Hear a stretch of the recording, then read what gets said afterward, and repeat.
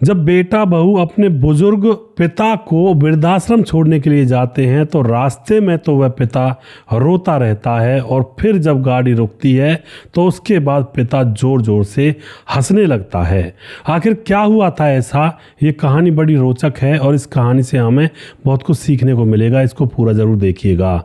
नमस्कार, मैं हूँ सुदेश कुमार और मेरे गोपाल चैनल में आपका स्वागत है।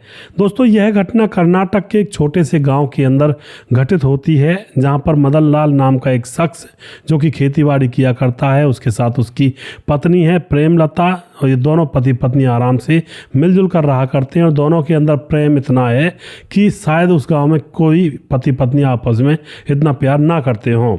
अब धीरे धीरे समय गुजरता है तो इनको एक बेटा पैदा हो जाता है। तो ये बहुत खुश थे, खेतीबाड़ी इतनी थी इनके पास कि अपने बेटे की अच्छी से परवरिश कर सकते हैं और उसको अच्छा पढ़ा सकते हैं। बेटा होने के बाद कोई और औलाद इनको हुई नहीं थी। अब बेटा हो गया है, उसके लेकर के दोनों खुश हैं, उसको पालने लगते हैं। वह धीरे धीरे बड़ा होने लगता है, उसको स्कूल में पढ़ने भेजने लगते हैं, अच्छी खासी पढ़ाई लिखाई उसकी करवा देते हैं और फिर पढ़ाई लिखाई के दम पर वह बेटा शहर में अच्छी सी नौकरी प्राप्त कर लेता है, 1 लाख रुपए महीने की। अब बेटा खूब पैसा कमा रहा है, माँ बाप बहुत खुश हैं, घर ला कर देता है और वहीं पर आ जाया करता है। अब जो माँ बाप होते हैं अपने बेटे की शादी की चिंता करते हैं तो उसकी शादी करवा दी जाती है अंजलि नाम की एक लड़की से। अंजलि भी बहुत ही खूबसूरत और बहुत ही चरित्रवान और बहुत ही सीधी सादी लड़की थी और बड़े बुजुर्गों की सेवा करना जानती थी। अब कुछ दिन तो यह दोनों पति पत्नी अपने माँ बाप के साथ रहते हैं, लेकिन अब यह जो लड़का होता है जिसका नाम होता है विक्रम, अब इसको ड्यूटी जाने में थोड़ी दिक्कत होने लगती है क्योंकि इसको बहुत ज़्यादा काम होता है। तो अब यह गाँव से जाता है 20 किलोमीटर दूर।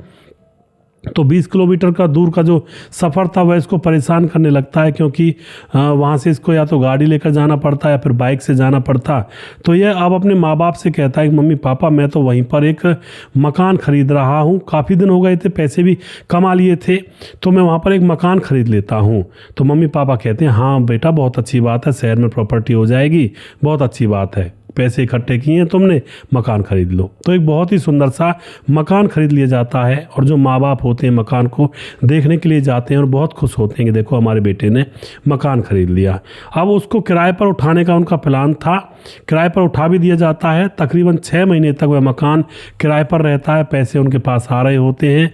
लेकिन अब लड़का ये कहता है माँ बाबा से कि माँ बाबा, अब उस मकान में मैं रहने लगूँगा जा कर के और वहाँ पर ही रहा करूँगा। इतने में ही जो बेटा होता है यह भी कहता है कि आपकी बहू भी वहाँ रहने का विचार बना रही है, कह रही है कि शहर में भी रह लेते हैं थोड़े बहुत दिन, थोड़ा मन लग जाएगा। तो माँ बाप एकदम से कह देते हैं कि हाँ बेटा बिल्कुल, और बहू को ले जाओ, हम तो यहाँ पर दोनों हैं, आराम से हमारा वक्त कटता रहेगा और तुम बहू को वहीं पर ले जाओ, वहाँ पर खाना वगैरह बनाना, कपड़े धोना, बहुत सारा काम होता है। तो अब ये दोनों पति पत्नी विक्रम और उसकी पत्नी अंजलि शहर चले जाते हैं, शहर वाले घर में, और वहीं पर ये रहने लगते हैं और वहीं से ड्यूटी पर जल्दी निकल जाया करता, कोई दिक्कत नहीं होती है। इधर ये पति पत्नी मदन लाल और प्रेमलता दोनों माँ बाप रह रहे होते हैं और जो मदन लाल होता है वह दिन में खाना वगैरह खा करके एक बार तो खेतों पर घूमने के लिए जाया करता है और फिर वह आकर के गांव की चौपाल पर, जहां पर बुजुर्ग बैठ करके हुक्का पिया करते, बातचीत किया करते हैं, ठीक दोपहरी में जब लूएं चलती हैं तो वहां पर जो नीम के पेड़ की छाँव होती है, बरका पेड़ लगा हुआ है चौपाल पर, वहाँ पर बैठ कर आराम से ठंडी ठंडी हवा लिया करते। क्योंकि बुजुर्गों का मन ऐसे ही लगता है दोस्तों, अपने बराबर के लोगों के साथ बैठ कर, किसी के बारे में कुछ पता लगता है, गांव में क्या हो गया, कैसे हो गया, इस तरह से उनका मन लग रहा था। लेकिन अचानक मदन लाल की पत्नी प्रेमलता को एकदम से अटैक आता है और उसकी मौत हो जाती है। अब उसकी मौत हो जाती है तो बड़ा दुख होता है मदन लाल को, उसका अंतिम संस्कार किया जाता है, पूरा गांव इकट्ठा होता है। लेकिन पत्नी के मरने के बाद अब मदन लाल बहुत ज़्यादा अकेला हो गया था। तो उसका बेटा कहता है कि बाबा अब आप यहाँ पर क्या करोगे, आप हमारे साथ शहर चलो, वहीं पर रह लेना। लेकिन मदन लाल कहता नहीं बेटा, मेरी आत्मा इस घर में बसी हुई है, यहाँ पर तुम्हारी माँ रहा करती थी, देखो उसने बगीचा कितना सुंदर बनाया हुआ है, अब इस बगीचे की देखभाल भी मुझे करनी है और इस घर में मेरी आत्मा बसी हुई है, मैं इसको छोड़कर नहीं जाऊँगा। और दूसरी बात, उसको छोड़कर जाएगा तो फिर बुजुर्गों के साथ बैठ करके हुक्का पानी पीना, बातचीत करना, ये उसका छूट जाता, तो वह नहीं जाता है। अब उसके बाद कुछ समय गुजरता है, काफ़ी दिन गुजर जाते हैं। मदन लाल खुद खाना बनाता, खुद कपड़े धोता। एक दिन की बात है, मदन लाल खेतों पर गया हुआ था दोपहरी का समय था, जब ताती लू चलती है ना, गर्म लू चलती हैं, उस टाइम का समय था। और मदन लाल जैसे ही खाना बनाकर चूल्हे पर गया हुआ था तो आग को बुझा तो गया था चूल्हे में पानी डाल करके, लेकिन कुछ कोयले रह गए थे। और जैसे गर्म हवा चल रही थी तो वह कोयले उड़ करके उसकी छान में, यानी कि जो घर बना हुआ था, झोंपड़ी थी एक साइड में, उस झोंपड़ी में जाकर वह लग जाते हैं और झोंपड़ी में आग लग जाती है। जैसे ही वह वापस आकर देखता है तो उसके घर में से धुआं उठ रहा था और उस झोंपड़ी की वजह से सारे घर में आग लग जाती है और घर जलकर राख हो जाता है।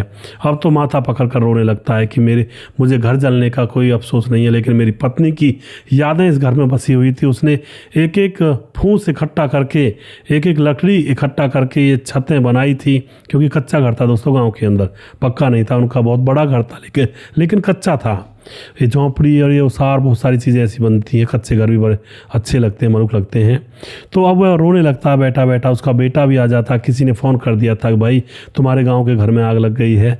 बेटा आकर अपने पिता को गले लगा लेता है और अब आग को काबू कर लिया जाता है और उसके बाद वह घर एक उजड़ा खंडर सा बन जाता है।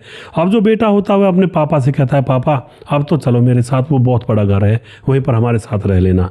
अब पिता करता क्या, यहाँ पर रहने के लिए जुगाड़ खत्म हो गया, सारा कुछ जलकर राख हो गया, तो मजबूरी में अपने बेटे के साथ शहर चला जाता है। वहाँ जाने के बाद उसके लिए अलग से कमरा सजा दिया जाता है अच्छे से, और फिर वह जो बेटा और बहू होते हैं अपने काम में व्यस्त हो जाते हैं। अब ये जो बुजुर्ग होते हैं, मदन लाल वहाँ पर बैठे रहा करते, रात में दिन में वही कमरा, उसी कमरे में रात होना, उसी कमरे में दिन हो जाना। कितना दुखी हो गया था वो, क्योंकि वो तो ग्रामीण आंचल में पला हुआ इंसान था। ग्रामीण आंचल के लोग कभी चौपाल पर बैठते, कभी खेतों पर जाते हैं, कभी अपने पशुओं के लिए काम करते हैं, कभी आस पड़ोस के लोगों से बातचीत करते हैं। तो ये होता है ग्रामीण आंचल। और शहर के अंदर क्या होता है, एक घर से दूसरे घर के अंदर क्या हो रहा है इसका किसी को पता नहीं होता। और गांव में अगर दूसरी छोर पर भी कुछ होगा तो पूरे गांव में पता लग जाता है। तो अब यह जो आंचल था, वहाँ का शहरीकरण था, इसको पसंद नहीं आता, ये घुटने लगता है वहाँ पर। और इसकी जो बेटे की पत्नी होती है वह भी कहती है कि बाबा आप थोड़ा पार्क में टहल आया करो, वहाँ पर बुजुर्ग रहते हैं।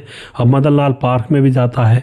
अब शहरों के पार्क तो ऐसे होते हैं, भले ही वहाँ पर आस पड़ोस के जो बुजुर्ग होते हैं घूमने के लिए आते हैं, लेकिन वो किसी से कोई मतलब नहीं रखते, सिर्फ घूम जाते हैं और चले जाते हैं। अब वहाँ पर मदन लाल को कोई दोस्त नहीं मिलता है, लगता है कि यहाँ तो सब मतलब ही है, कोई किसी से बात ही नहीं करता। वरना हमारे गांव में जब हम शाम को बाहर खेतों की तरफ जाते हैं तो कोई भी रास्ते में मिल जाता, उससे बातचीत करते हैं, बैठ करके मन की कहते हैं। अब यहाँ पर यह मदन लाल उस पार्क में भी नहीं जाता है, घर में रहता है। इतना परेशान हो चुका था एक दिन अपने, और जो बेटा होता है वह डायरेक्ट जब रात को आया करता तो सोचा करता पिताजी अब सो गए होंगे, और अपनी पत्नी के कमरे में चला जाया करता सीधा। सुबह होती तो उसको जल्दी निकलना होता 6 बजे, तब भी ये सोचते कि पापा अभी सो रहे होंगे, सीधा ड्यूटी पर निकल जाया करता। उसका फील्ड का भी कुछ काम हुआ करता था, कई बार दूसरे शहरों में भी जाना पड़ता था। अब तो पिता से ही एक घर में रहते हुए बात नहीं हो पाती बेटे की। पिता बहुत ज़्यादा दुखी, हैरान, परेशान, ना कोई बराबर का, ना कोई उसकी उम्र का, ना कोई यहाँ पर चौपाल है।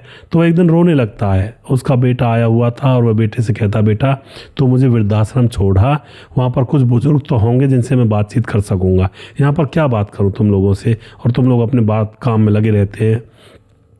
तो अब एकदम से जो बेटा होता है वह कहता है कि हाँ मैं पापा आपको वृद्धाश्रम छोड़ रहा हूँ, चिंता मत करो। अब तो एकदम से यह बात कह दी जाती है। और उसके बाद यहाँ पर क्या होता है दोस्तों, वह बेटा कहता है पापा आप 2-3 महीने रुको, तब मैं यह काम करूँगा।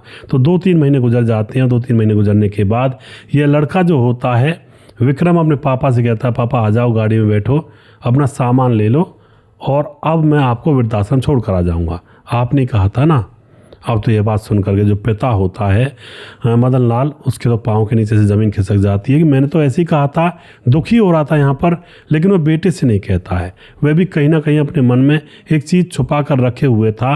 और अब जो बेटा होता है उसको गाड़ी में बिठा करके वृद्धाश्रम की तरफ ले जाने लगता है। तो रास्ते में वह पिता मदन लाल रो रहा था कि देखो मुझे किस तरह से वृद्धाश्रम में जाना पड़ रहा है, यहाँ मेरा मन नहीं लगता, और मैंने तो बस ऐसे ही कहा था, इसलिए मुझे वृद्धाश्रम में छोड़ कर आ रहा है। लेकिन वह कुछ भी नहीं कहता है उससे। और उसके बाद सीधा गाड़ी चलती जाती है और पिता अपनी यादों में खोया हुआ था, उसकी पत्नी थी और बहुत सारी चीज़ें थी।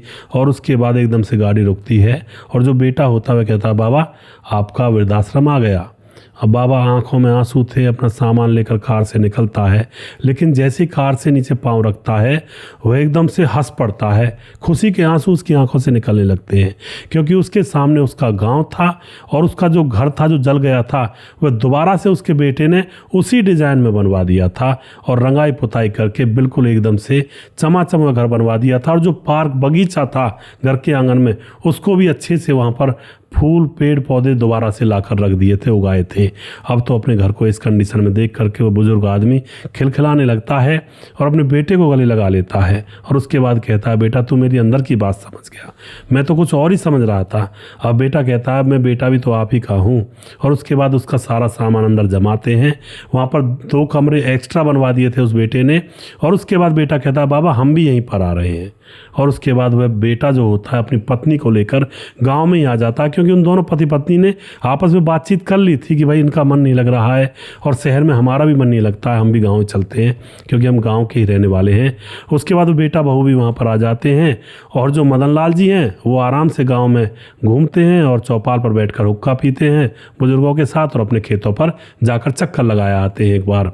और घर में खाना कपड़े लत्ते धोए बहू धो देती है। और कुछ 1-1.5 साल के बाद उनको एक पोता हो जाता है। अपने पोते को कंधे पर बिठा करके आराम से अपने खेतों पर जाया करता, चौपाल पर बैठा करता और इस तरह से इन सब का जीवन अच्छे से गुजरने लगता है।